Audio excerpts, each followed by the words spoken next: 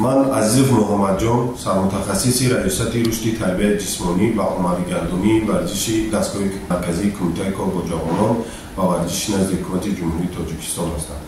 امروز با افتخار میتوان ذکر نمود که ورزشکاران تاجیک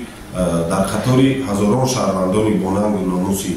تاجیکستان در ساحه ورزش خدمت‌های شایسته نموده ایستاده‌اند که بهر بلند گردانیدن نفوذ و اعتبار و شرف وطن محبوبمان سهم ارزنده خود را به طور ضروری می‌گذارند.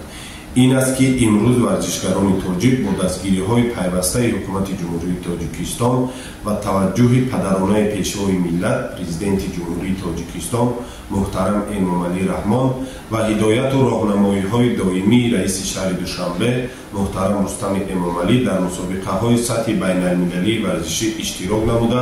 برای باز هم بلند برداشتن پرچم دولتی تاجیکستان محبوبمان تلاش می‌نمایند. خوشبختانه به ورزشکاران نامآور تاجیک سامان محمدبکов، تیمور رحیمov و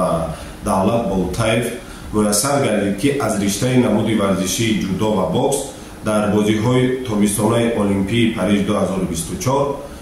اشتراک کرده سزاوار جایهای سوم و به خزینه ورزشی کشور مدال برنجی این مسابقات سطح بلند بین‌المللی را وارد سازند.